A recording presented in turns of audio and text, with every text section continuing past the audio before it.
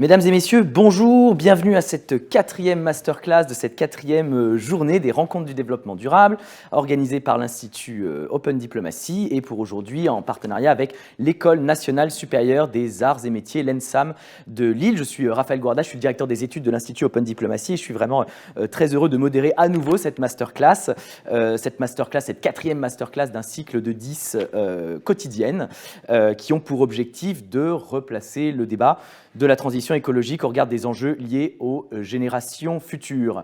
Pour évoquer ces thèmes, j'ai le plaisir d'accueillir des invités à la fois en plateau et en distanciel. Tout d'abord, Carole Joly et Élise Rogliano. Vous êtes toutes les deux étudiantes à l'ENSAM. Bienvenue.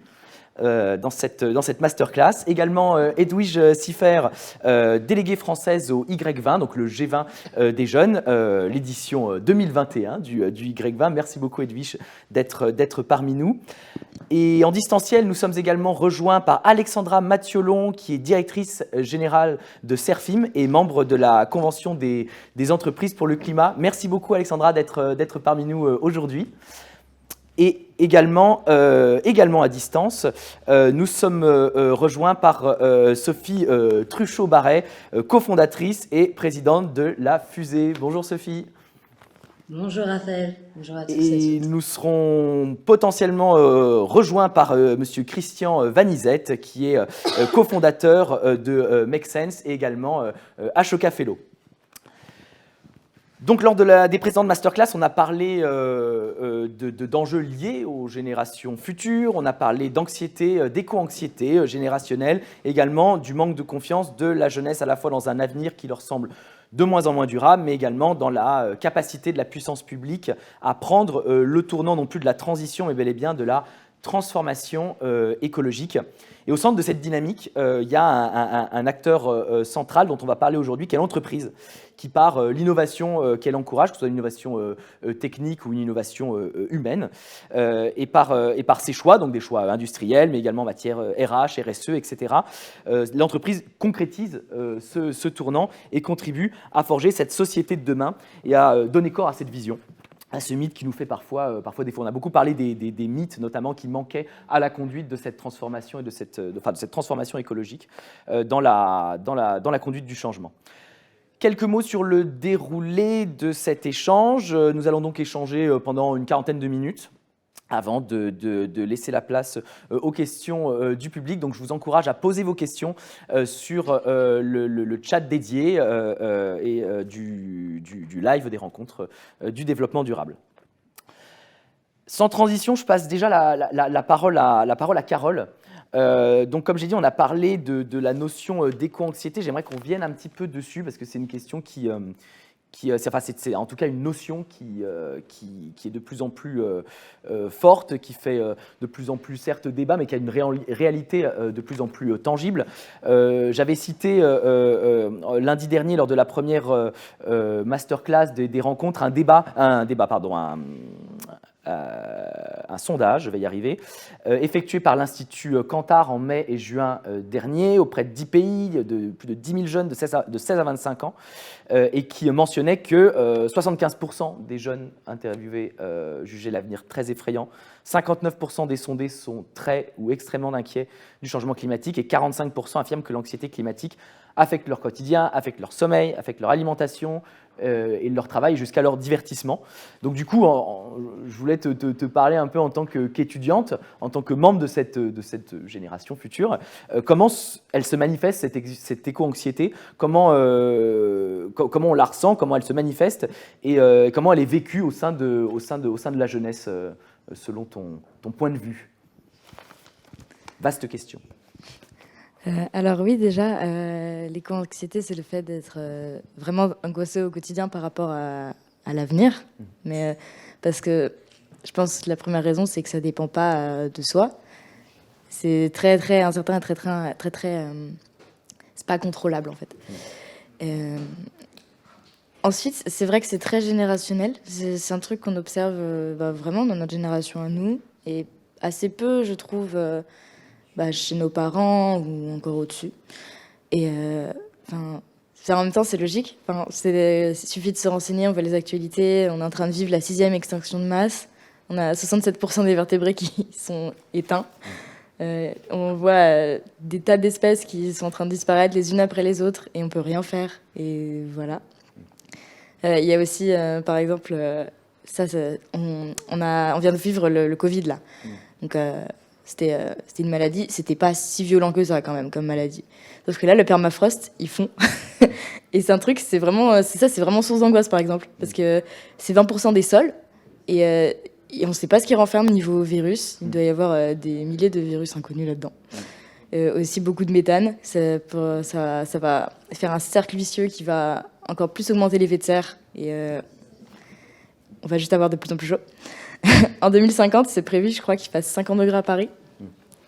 Ça affecte énormément, je pense, le futur de tas de gens. Je connais pas mal de personnes qui, du coup, sont vraiment réticents à l'idée de faire des enfants à notre âge, parce que on se dit, il va avoir 20 ans, à Paris, il fera 50 degrés. Est-ce que c'est ça qu'on veut offrir? Je suis pas sûre. Ça affecte du coup, je pense, nos habitudes typiquement sur ce truc-là, mais on est aussi pas mal, je trouve, à être passé au régime végétarien. Parce que, pareil, un kilo de viande de bœuf, c'est 27 kilos de CO2, c'est 700 litres d'eau, c'est énorme. Et donc, oui, il y a ça. Typiquement aussi, je pense, la fast fashion, quand on se rend compte que chaque action de notre quotidien, il a des répercussions effroyables en mode effet papillon sur l'autre bout de la planète. Et du coup, on a forcément envie d'un peu changer les choses. Typiquement, essayer de se débarrasser au maximum de la fast fashion, essayer de faire plus de free, on apprend à réparer nous-mêmes nos trucs, etc. etc. Je pense que l'éco-anxiété arrive dès qu'on s'intéresse et on veut faire des actions pour l'écologie, etc. Dès qu'on s'y intéresse, on va creuser et directement on se rend compte que on pensait au début que nos petites actions, des choses comme ça allait avoir un gros impact et on se rend compte qu'il y a besoin de beaucoup plus de choses. Et c'est là qu'on a de l'anxiété parce qu'on se dit, à ma petite échelle, je sais pas si je vais changer grand-chose et est-ce que les gens vont changer, etc. quoi. Effectivement, on a une... Oui, Edwige, tu voulais peut-être rebondir dessus? Oui, moi j'aime beaucoup ce qu'a dit Carole, parce qu'en fait, on part sur l'éco-anxiété comme si c'était finalement quelque chose...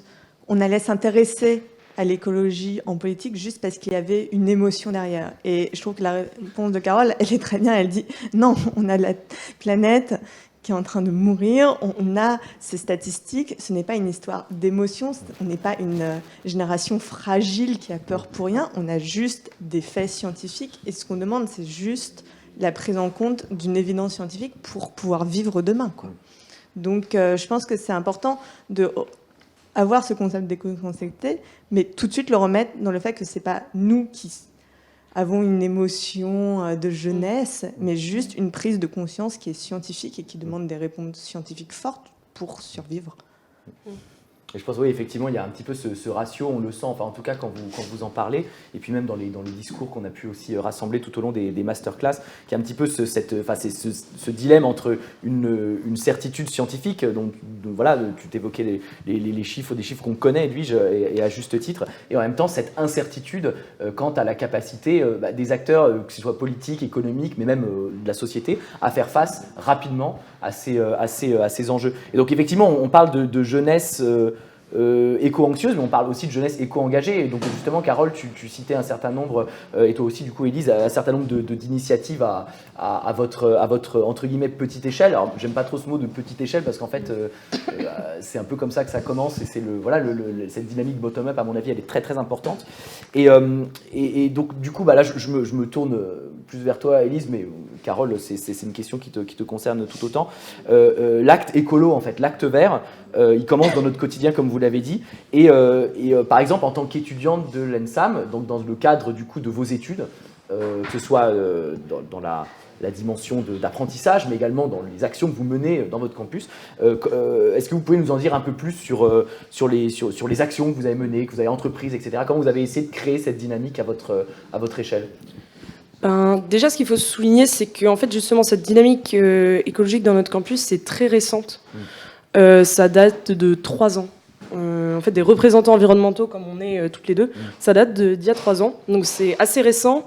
Mais le fait que ce soit récent, c'est qu'il y a plein de choses à faire. Donc, ça donne une bonne dynamique. Et Donc, pour parler un peu de ce qu'on fait, donc c'est surtout de l'initiative étudiante. Donc, on a des choses très terre à terre, comme par exemple, et rigolotes, comme faire un compost ou faire un potager, etc. Après, on essaie aussi d'intéresser les gens. Ça, c'est une grande, c'est un peu la chose qui est compliquée, à la fois intéressante et compliquée. C'est intéresser, voilà, le reste de la promotion sur l'écologie. Donc en faisant des conférences, en discutant, en faisant des articles. On a un journal qui paraît toutes les semaines, donc on fait des articles, etc. pour parler de ça. Et parce qu'en fait, ce qui est un petit peu à déplorer, c'est du côté de l'enseignement. Il y a vraiment peu de choses. En fait, ce qui est très dommage, c'est que je pense, toutes les formations d'ingénieurs sont un peu comme ça. On a 2 premières années ou une première année, ça dépend, généraliste. Et ensuite, on se spécialise. Donc, dans les spécialisations, là, il y a des choses qu'on pourrait dire écologiques, de l'éco-conception, etc. Mais après, c'est du côté généraliste où c'est à déplorer qu'on n'a aucun cours sur comment être plus écolo sur le métier d'ingénieur. Parce que l'éco-conception, ça s'apprend dès le début. Limiter les déchets, ça s'apprend dès le début, etc. Donc, il y a des choses qui commencent à être faites. On a eu la fresque du climat qui prend, j'ai l'impression cette année, tout le monde en parle un peu, donc ça prend de l'ampleur et ça, c'est déjà un bon pas. Mais ce qu'on essaie aussi, on discute avec les autres campus, parce qu'on a plusieurs campus aux arts et métiers, donc on discute avec les autres campus. Et un des gros enjeux et des gros objectifs, ce serait d'avoir plus d'enseignement sur vraiment comment être un ingénieur écologiste, quoi.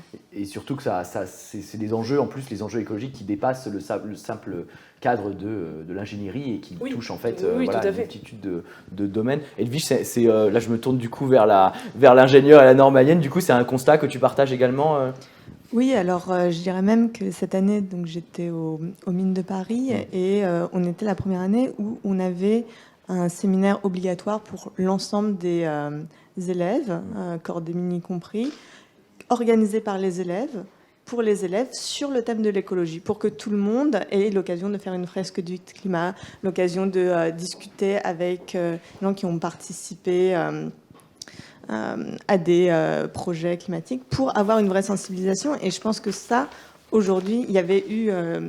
pour un réveil écologique qui a montré la nécessité d'avoir ça dans le tronc commun.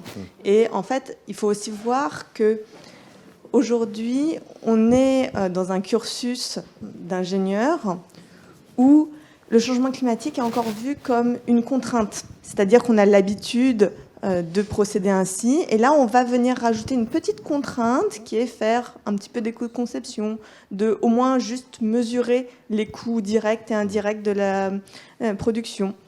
Alors qu'en fait, notre génération n'est pas dans ce sens-là. C'est-à-dire qu'on n'est pas juste dans l'ajout d'une contrainte, mais au contraire, dans le changement de l'objectif global. On va s'intéresser à des questions pour protéger le climat. On va vouloir construire un monde qui est respectueux de la planète et non pas juste le voir comme une contrainte. C'est-à-dire que la contrainte d'hier, elle est devenue le moteur d'aujourd'hui, finalement. Et alors justement, on a beaucoup parlé notamment d'apprentissage également lors de la masterclass de jeudi dernier. Et là, du coup, je me tourne vers vous, Alexandra, au CERFIM. Donc le CERFIM est spécialisé dans, vous me corrigez si je me trompe, mais les travaux publics, les métiers de l'environnement, avec une récente diversification dans les secteurs de l'industrie et des énergies renouvelables.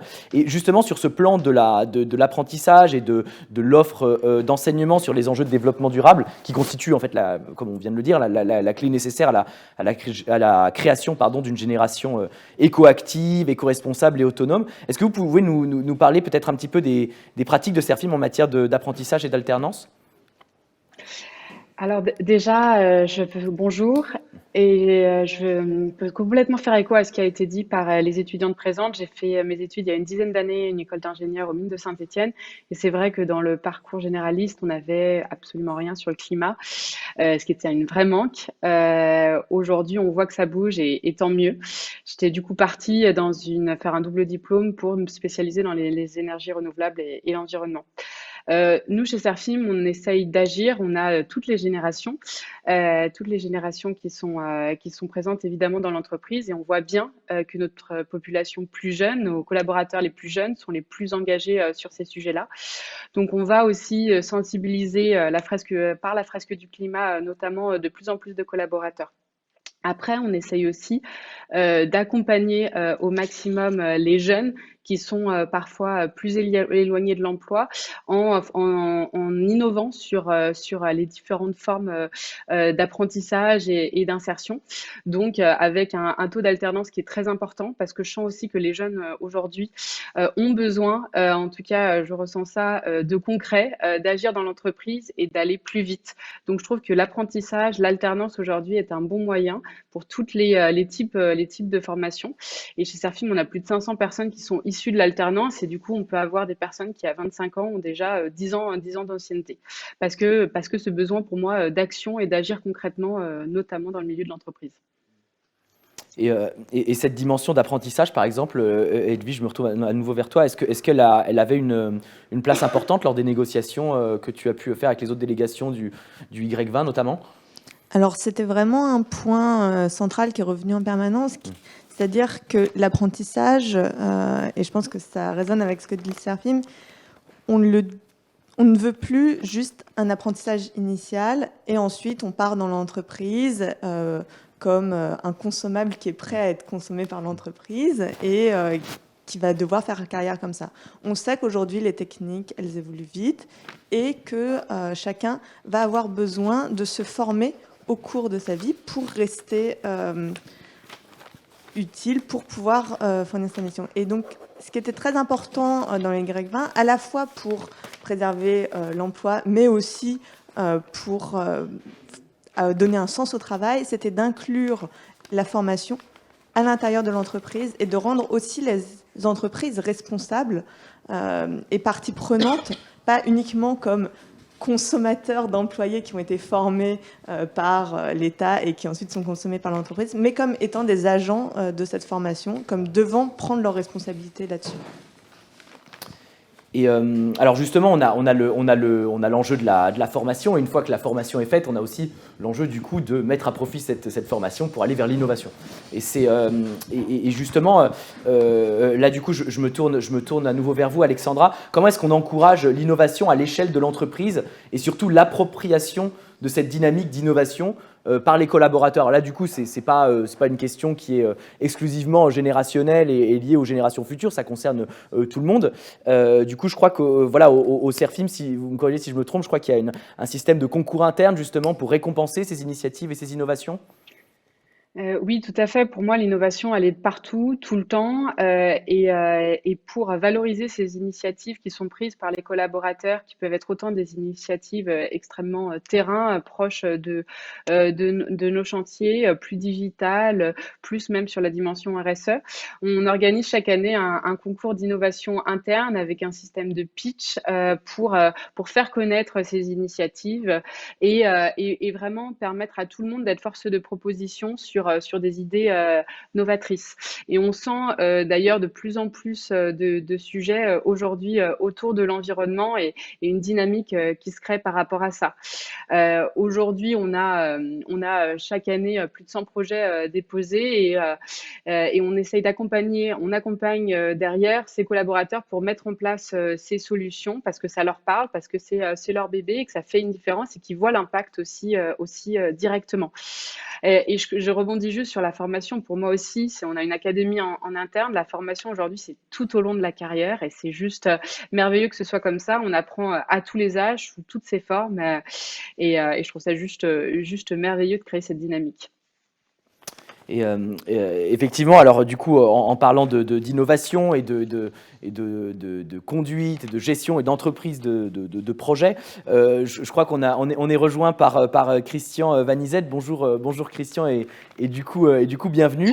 J'aimerais qu'on parle un petit peu de Make Sense. Du coup, depuis 10 ans, donc Make Sense, vous créez des outils, des programmes de mobilisation collective pour favoriser justement ces projets, ce développement développement de projet. Et il y a une mission, pareil, corrigez-moi si je me trompe, dans votre mission, il y a une mission d'accompagnement des jeunes entreprises durables. Et quels sont les principaux besoins des jeunes entrepreneurs et quels sont les freins qu'ils rencontrent en fait, dans l'entreprise de ces projets, s'il y a possibilité de faire un rapide bilan? Bonjour à tous, super content d'être là. Du coup, avec Make Sense, on accompagne en effet des entrepreneurs sociaux à monter leur structure et c'est uniquement des projets qui ont vocation à avoir un impact social et environnemental. On a accompagné plus de 2000 projets jusqu'à maintenant et des startups comme certains que vous pouvez connaître comme Too Good To Go ou encore des projets comme Back Market. On a des fonds d'investissement à impact. Aujourd'hui, c'est 88 millions d'euros qui sont sous gestion. Et au début, c'était vraiment un problème de financement des startups à impact. Et maintenant, on voit que parmi les 10 plus grosses levées de fonds des startups de l'année dernière en France, 2 d'entre elles étaient justement des projets à impact, qui avaient un impact social et environnemental. Et avant-hier, j'étais à une réunion de la French Tech, du coup, qui est un peu l'initiative du gouvernement pour soutenir les startups. Et le mot impact était beaucoup plus présent que les années précédentes, parce que les entrepreneurs se rendent compte que il suffit pas juste de monter une boîte, mais il faut monter une boîte qui va pouvoir résoudre les enjeux sociaux de notre époque, notamment ceux du climat. Et donc cette partie tous les outils sont là pour accompagner les porteurs de projets, beaucoup plus qu'il y a 10 ans. Il y a maintenant des fonds qui existent. Et la question, c'est est-ce que le développement de projets et d'entreprises, même si ça fait du changement et c'est incrémental, est-ce que ce sera suffisant par rapport à la vitesse à laquelle on doit innover et créer ce changement, notamment dans le domaine du climat. Et sur cette partie-là, c'est le deuxième axe de Make Sense auquel on croit beaucoup, c'est l'engagement citoyen et la mobilisation citoyenne pour continuer à mettre la pression sur justement le gouvernement et que les acteurs de la société civile montrent qu'ils ont envie qu'il y ait davantage que les règles du jeu soient un peu changées pour inciter encore plus rapidement les entreprises et notamment les plus grandes d'entre elles à accélérer leur transition énergétique. Et justement, la réponse, je dirais, des pouvoirs publics, enfin, vous sentez une réponse, vous sentez que vous êtes entendu, écouté, et ça réagit en face, ou c'est encore un peu dur? Pour moi, les 2 choses qui me donnent le plus d'espoir par rapport au fait qu'on va pouvoir réussir à lutter contre le changement climatique. Le premier, c'est tous les étudiants que vous avez là sur le plateau en face de vous. C'est que cette génération qui, l'âge de Greta ou un peu moins de Greta, c'est la génération qui subit déjà les effets du changement climatique ou qui voit que son futur est mis en danger par rapport à ça. Et du coup, dans tous les mouvements populaires, ce qui fait la différence, c'est quand les gens qui sont concernés au premier lieu sont ceux qui montent au créneau. Donc ça, c'est la partie un peu positive.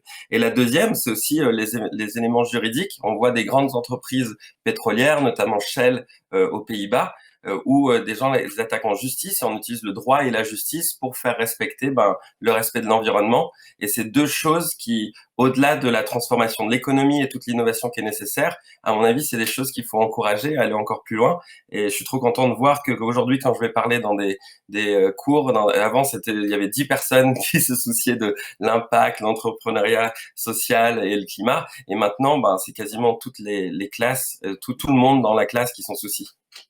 Effectivement, et là on est bien sur les 2 volets, en fait, les 2 dynamiques un peu qui peuvent vraiment porter ce changement. Une dynamique, comme je disais tout à l'heure, bottom-up, et du coup là c'est vraiment les initiatives de la jeunesse, à la fois par des actes du quotidien, mais en fait par je dirais, enfin de l'advocacy en fait au final, hein, à travers que ce soit à l'échelle du campus, que ce soit dans les arènes de négociation internationales, etc., qui sont là. Et deuxièmement, la deuxième dynamique, c'est effectivement cet accompagnement, comme c'est le cas notamment, comme Christian vient de le dire, dans le cas de Make Sense, mais également l'accompagnement des entreprises vers plus de durabilité sur le plan d'innovation, pas uniquement technique, mais également sociétale. Et là, du coup, je me tourne naturellement vers toi, Sophie. Tu es cofondatrice et présidente de La Fusée, qui est un cabinet de conseil qui accompagne les entreprises dans la mise en œuvre de l'égalité femmes-hommes.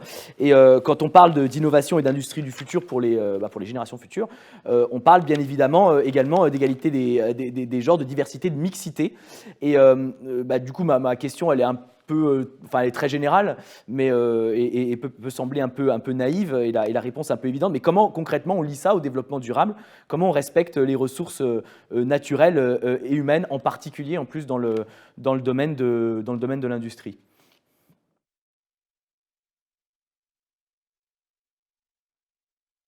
Sophie, on t'entend pas. Je crois que tu as éteint ton micro. Oui, pardon. Yes, c'est bon. Oui, excuse-moi, effectivement, pour pas vous déranger, je l'avais éteint. Donc merci de m'avoir invité. En effet, ce pourquoi en fait on a fondé la Fusée, donc avec mon associé Renaud, c'est parce qu'on est persuadé, et donc qu'il y a un cabinet dédié à l'égalité femmes-hommes et à l'inclusion de toutes et tous dans le milieu professionnel, dans le monde du travail. C'est parce qu'on est persuadé que pour répondre aux challenges environnementaux et sociétaux de demain, on ne peut pas le faire avec toujours les mêmes profils, toujours dans l'entre-soi. Et notre objectif, c'est justement de permettre à tous et tous d'accéder à ce monde du travail et de pouvoir peser pour justement réfléchir différemment, créer différemment, produire différemment.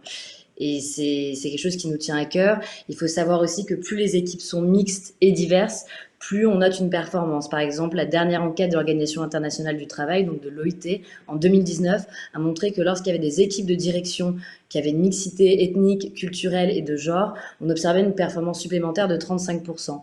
Un autre chiffre aussi qui nous parle, surtout dans le contexte Covid et on espère bientôt post-Covid, c'est de savoir qu'au sein du CAC 40, donc les 40 plus grosses entreprises françaises, les 10 entreprises qui ont un encadrement qui est le plus féminisé au sein de ces 40 entreprises, et ben ce sont celles qui ont le mieux résisté à la crise de 2008 et qui surperforment le CAC 40. Donc on voit qu'on a finalement intérêt à travailler avec toutes et tous, et les femmes représentent aujourd'hui la moitié de la population, donc on ne peut pas penser développement durable, action d'aujourd'hui pour le développement de demain, si on ne met pas tout le monde autour de la table.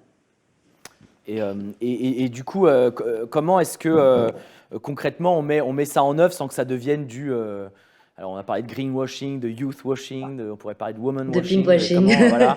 Comment du coup on met ça en œuvre et je dirais presque on vérifie en fait que ce soit des actions concrètes et pas uniquement des positions principielles ou juste prendre des mesures pour prendre des mesures qui sont sans suite, quoi. Tout à fait.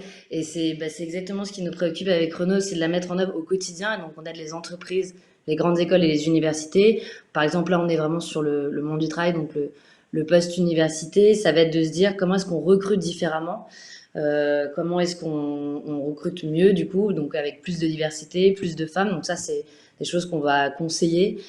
Pour recruter différemment et répondre à cette fameuse question du vivier, on nous dit toujours oui, mais il n'y a pas beaucoup, par exemple, on parlait beaucoup d'ingénieurs et d'ingénierie, il n'y a pas beaucoup de femmes dans ces métiers-là, parce qu'aujourd'hui, il n'y a que 28% de femmes dans les écoles d'ingénieurs, et seulement un ingénieur sur 4 est une femme aujourd'hui en France, ce qui est quand même un peu amusant, puisque par exemple, si on prend l'automobile dans l'industrie, il faut savoir que la grosse majorité aujourd'hui des conducteurs sont des conductrices, que 80% des personnes qui s'occupent de l'achat de voitures sont des femmes. Donc voilà, c'est vraiment des outils aujourd'hui qui sont conçus par des hommes pour des femmes et qui prennent pas forcément en compte toutes ces problématiques-là.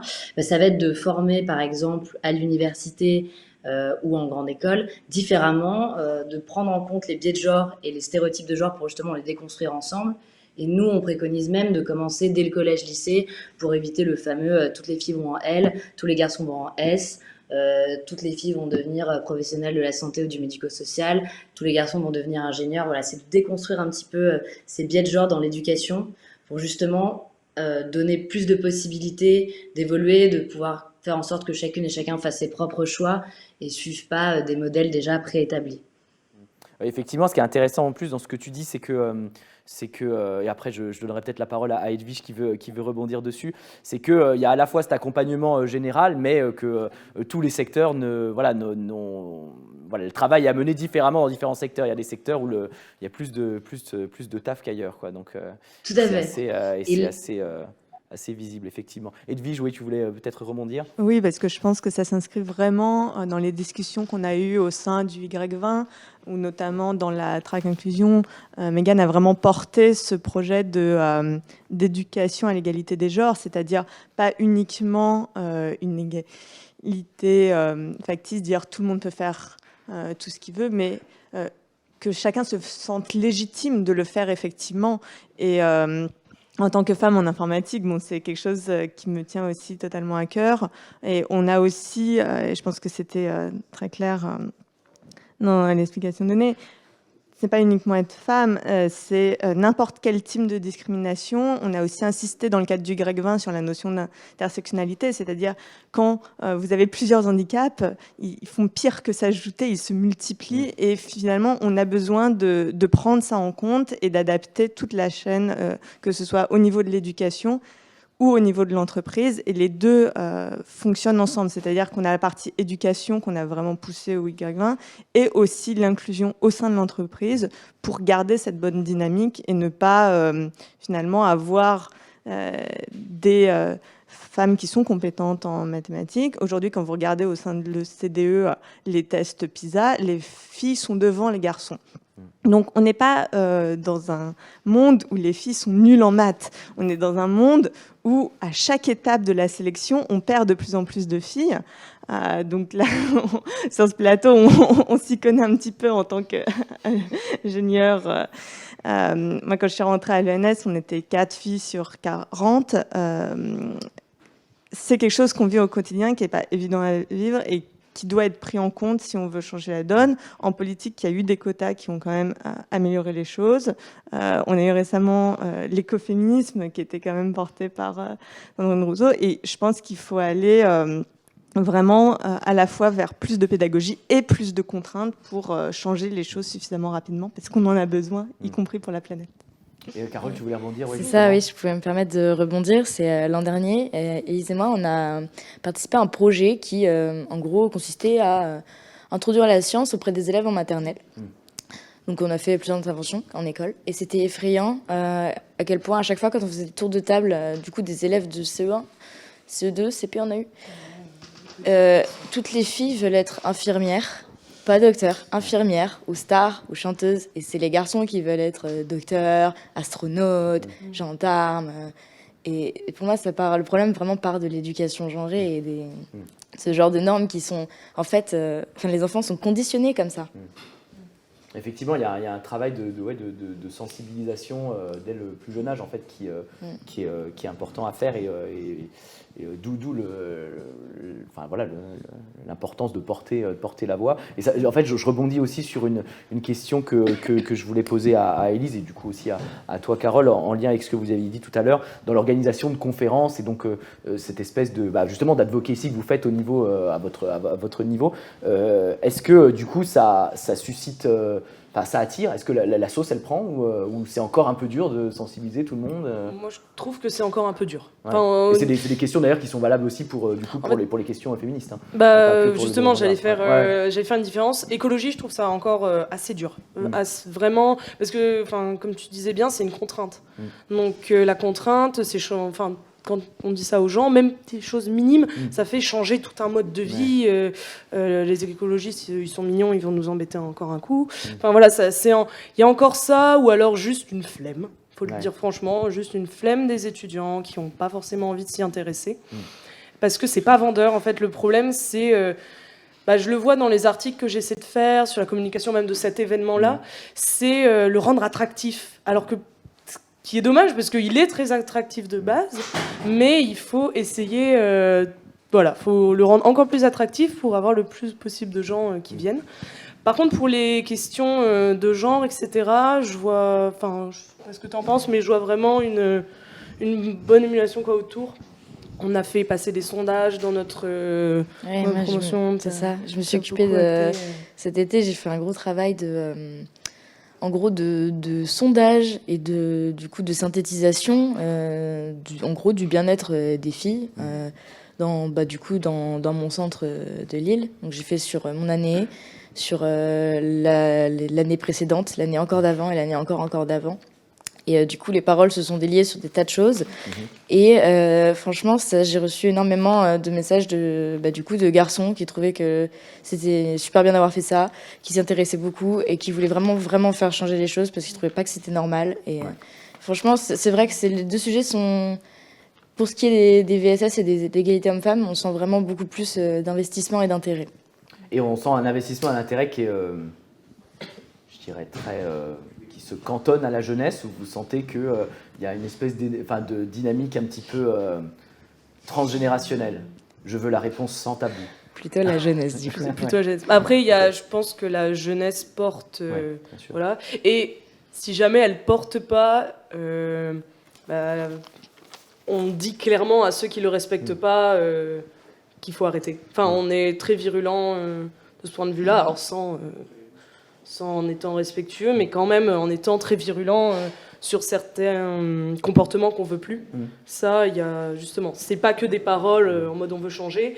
Les gens sont très, bah voilà, il y a quelque chose qui va pas, on va aller le dire et pour faire changer les choses. Alors que justement du coup les adultes, enfin la génération précédente, on les dérange. Vraiment, on peut plus rien dire, on peut plus rigoler, on n'est pas drôle. C'est pas facile, c'est embêtant de trier, d'utiliser un compost, on se pose des questions. Vraiment, on les dérange avec ces trucs-là. Et est-ce qu'il n'y a pas aussi une question, alors ça c'est une question qu'on a reçue du public notamment, sur la question de je dirais de la démocratisation en fait de ces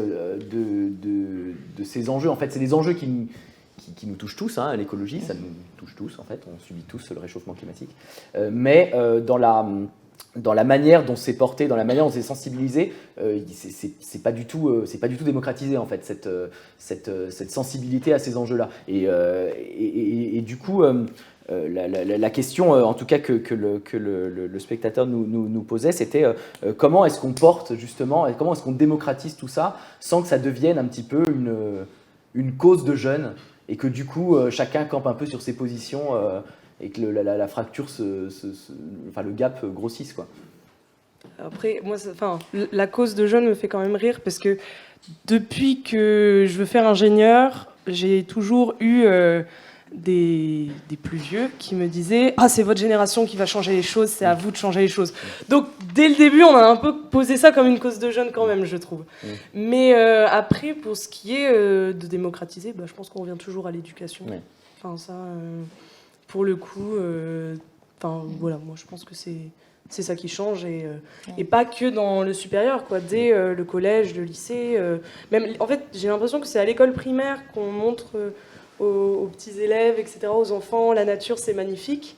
Après on n'en parle plus en disant oui l'écologie voilà et après on arrive dans le supérieur en disant bon on fait quoi maintenant et voilà.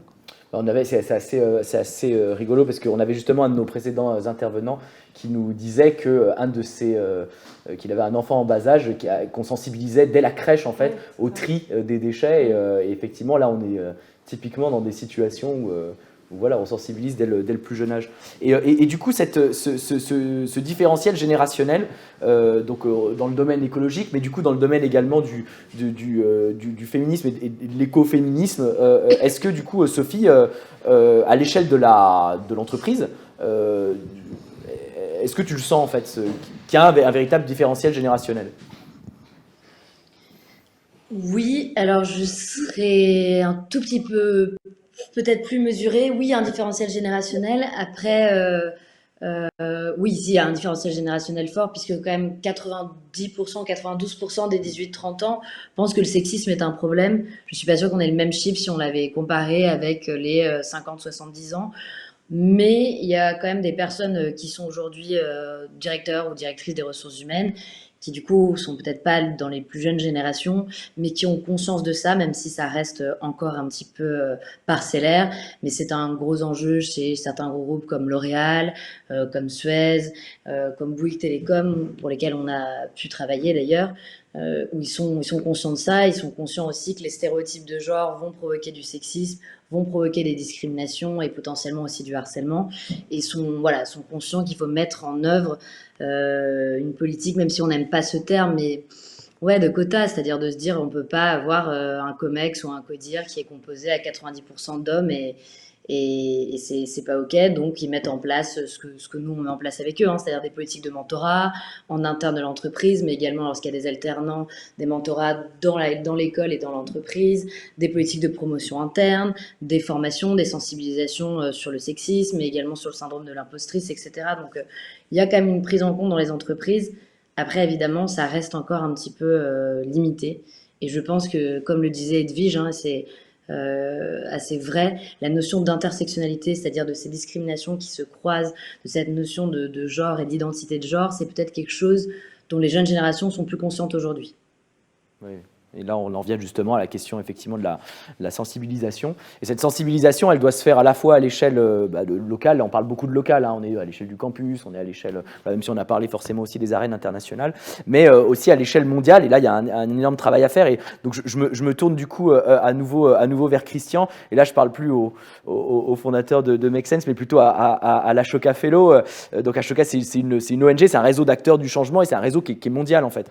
Et on était justement jeudi dernier avec Jerry Tahama qui est député du Togo et qui lui aussi œuvre beaucoup en fait agit beaucoup pour le financement en fait de micro-projets auprès des jeunes. À la fois pour les encourager, pour les aider à développer leurs projets, mais également aussi, il a parlé également de sédentarisation de la jeunesse, de garder en fait ces cerveaux sur leur territoire, et ce qui est un vrai problème en fait pour les États du Sud qui font face à une véritable fuite des cerveaux. Du coup, comment est-ce qu'on sédentarise cette jeunesse qui est source d'innovation durable, qui sont les premiers acteurs en fait de cette innovation durable? Oui, d'abord, j'aimerais juste rebondir sur la question de la démocratisation que tu disais juste avant. Comment on démocratise les enjeux de climat, de féminisme. Du coup, il y a une erreur, je trouve, qu'on fait souvent, les activistes, c'est qu'on parle de ces enjeux, on essaye de parler à la tête et on parle selon notre point de vue. Et quelque chose qui est super utile, c'est par exemple de regarder les études, peut-être vous en avez parlé les journées précédentes, de Destin en commun, More in Common en anglais, et qui en fait analysent par exemple différents segments de la société française en fonction de leurs opinions politiques. Ils ont créé 6 segments et ils vous disent dans ce rapport, ben voilà le système de valeurs des gens qui votent pour Le Pen, voilà le système de valeurs des gens qui votent pour Jadot, ainsi de suite. Et si vous voulez leur parler de climat, voilà la bonne manière de le faire qui est adaptée à leur système de valeurs. Certains vont vouloir se soucier de la cause au niveau global, d'autres au niveau local, mais c'est un peu pour démocratiser ces enjeux, de s'adapter aux gens à qui on va parler par rapport à leur système de valeurs, de pas essayer de les changer, mais de voir comment est-ce que ce qu'on dit peut résonner. Donc, par exemple, si vous parlez à des jeunes, c'était un exemple qu'on avait dans un cours que j'ai fait l'année dernière, si vous parlez à des jeunes au Texas qui adorent les grosses voitures, qui ont entre 18 et 35 ans et qui sont sur la virilité et le patriotisme, vous allez leur dire les vrais hommes ne polluent pas le Texas, par exemple. Vous jouez sur ces 2 valeurs pour leur dire le message. Et donc, je pense que c'est d'affiner ça et aussi de jouer beaucoup sur les émotions plutôt que sur la raison. Et après, pour revenir à ta question sur la sédentarisation, Make Sense, on bosse dans 45 pays. On a le 2e plus gros bureau de Make Sense, c'est en Afrique de l'Ouest. On a un bureau à Dakar, à Abidjan, on a ouvert au Tchad et au Niger. Et là-bas, on a énormément de programmes d'entrepreneuriat chez les jeunes et on a créé des consortiums jeunesse avec tous les acteurs. Et pour vraiment montrer que la jeunesse et nos équipes dans ces pays-là veulent travailler, faire ensemble, créer de l'emploi, monter des entreprises sociales sur place. La question, c'est que beaucoup de fois, l'aide au développement qui est donnée à ces pays, elle passe par les gouvernements et souvent la jeunesse ou les gens qui se bougent au niveau local, et ils vous envoient pas la couleur. Et donc la vraie question, c'est aussi des questions de gouvernance et de lutte contre la corruption pour justement redonner espoir aux jeunes dans ces économies en développement et leur permettre d'avoir les moyens de faire ce qu'ils ont envie de faire au final. Personne n'a envie de prendre des risques énormes en traversant la Méditerranée, comme on a pu le voir. Et du coup, pour moi, c'est ces questions aussi de gouvernance dans la coopération internationale. Et là, c'est des sujets sur lesquels je pense que Open Diplomacy peut faire des choses assez incroyables. En tout cas, c'est très bien que tu parles de sens, en fait, parce qu'on en a beaucoup parlé, notamment dans le cadre de ces masterclass. On avait lundi dernier Hervé Fischer, qui est philosophe, qui nous parlait justement de la nécessité des mythes pour porter en fait ces causes-là, et qu'on est voilà, il analysait lui l'absence de mythes qui portait en fait la valeur écologie, en fait, déjà ça. On a eu aussi jeudi dernier, on avait Alexandra de Hopscheffer du German Marshall Fund qui parlait aussi de cette quête de sens, de ce besoin de sens collectif pour les générations futures, bien évidemment, mais également collectivement en lien avec ces enjeux de développement durable. Donc on parle beaucoup de ça, de mythe, de quête de sens, et ce sens, voilà, cette quête de sens à l'échelle de l'entreprise, elle passe notamment par la RSE. Et là, je me tourne à nouveau vers Alexandra Mathiolon. C'est une conviction qui vous tient à cœur, je crois. Et du coup, comment, enfin, j'en suis même sûr, et comment concrètement on donne du sens au sein de l'entreprise, comment on répond à cette éco-anxiété de la jeunesse pour encourager les actions et utiliser des leviers d'attractivité. Aujourd'hui, la RSE, c'est quelque chose dont tout le monde en parle. Il n'y a pas un entretien aujourd'hui où la question du sens, de notre impact, est pas, au minimum un petit peu abordée. Alors la RSE, c'est un terme un petit peu qui a vieilli, qu'on essaye de remoderniser parce qu'évidemment, c'est pas un terme nouveau. Les entreprises ont fait des choses petit à petit sur ces sujets-là. Mais l'idée aujourd'hui, c'est d'aller beaucoup plus loin et les jeunes générations sont clairement en attente de choses très, très concrètes pour montrer qu'on impacte positivement les choses et notamment autour du climat. Je pense que tout le monde, on a parlé de l'éco-anxiété au début, tout le monde connaît, en tout cas ici, je pense, les constats du rapport du GIEC. Moi, ce qui m'a donné de l'énergie personnellement, en tant que, c'est d'écouter Valérie Masson-Delmotte plus récemment, qui a dit si nous agisons suffisamment rapidement, un enfant qui naît aujourd'hui peut vivre dans un climat stable à l'âge adulte. Ça a été très fort pour moi. Je suis jeune maman de 2 enfants de 2 ans et 6 mois. Et aujourd'hui, par contre, ce que ça veut dire aussi, c'est qu'il faut agir. Il faut agir vite. Donc, à la fois aujourd'hui, on pousse à la fois nos métiers qui sont dans l'environnement, la dépollution des sols, le traitement de l'eau, le recyclage de tous les types de déchets, la performance énergétique. Voilà, énormément de métiers qui se développent et aujourd'hui où les gens ont envie de travailler là parce qu'ils trouvent du sens, ils voient l'impact carbone directement, ils voient comment on arrive à construire en se mettant autour de la table sur des solutions réelles. On a même créé une société tout récemment qui œuvre au recyclage des cheveux en partenariat avec une association qui s'appelle Coiffeur Juste et on recycle les cheveux pour en faire des boudins dépolluants d'hydrocarbures. Et c'est juste ce genre d'initiatives qui aujourd'hui doivent se développer, se multiplier au maximum pour créer du sens. Et puis évidemment, ça ne veut pas dire qu'on ne doit pas être exemplaire. On a aussi des métiers de travaux publics qui sont polluants de fait par le transport notamment. Donc on essaye d'être plus sobre, d'optimiser et d'aller vers des nouvelles technologies plus efficaces aussi, là où on va devoir quand même maintenir du transport. Voilà, je trouve qu'il faut travailler à la fois sur le développement de nouveaux business models qui sont vraiment en lien avec cette transition et aussi, évidemment, pour autant rester exemplaire en interne sur nos pratiques. Et justement, en lien avec les financements, notamment de ces projets, au niveau du mécénat, enfin, pareil, même question posée un peu trivialement, est-ce que la sauce prend? Est-ce que du coup, c'est facile de trouver des financements pour encourager ce type d'initiative où il faut encore batailler? Aujourd'hui, on est très engagé sur les sujets de mécénat par un fonds de dotation en propre. Aujourd'hui, on sent qu'il y a une envie d'avoir un impact. On parlait d'environnement, mais social aussi. Donc, on agit par des actions concrètes qui sont en général portées par nos collaborateurs. On essaye de les promouvoir au maximum dans ce sens.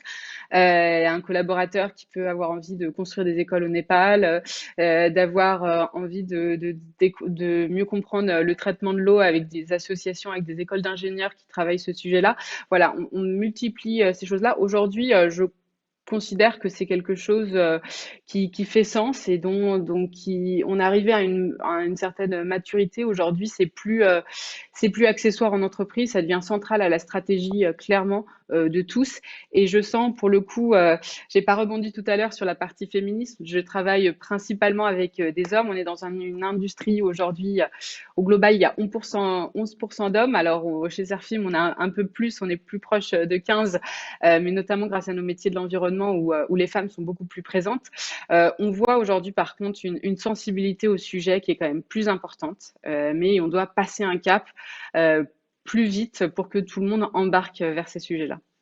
Effectivement, il y a le cap de l'action qui a passé. On a une question d'un de nos spectateurs, Guillaume, qui dit « Il est vrai qu'il y a une prise de conscience, il y a une plus grande prise de conscience de l'importance de la transition écologique. Cependant, selon un sondage mené par Odoxa en 2021, 60% des personnes interrogées ne souhaitent pas payer plus pour ces efforts, pour lutter contre le réchauffement climatique. Donc même si on est conscient, est-ce que l'homme est prêt à opérer ce changement ?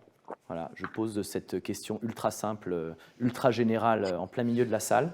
Qui veut s'attaquer au sujet, Edwige? Moi, je trouve que c'est peut-être à la limite de l'erreur de logique de partir sur cette question-là. Parce que si la question, c'était voulez-vous payer un peu plus ou survivre? La réponse ne serait pas la même.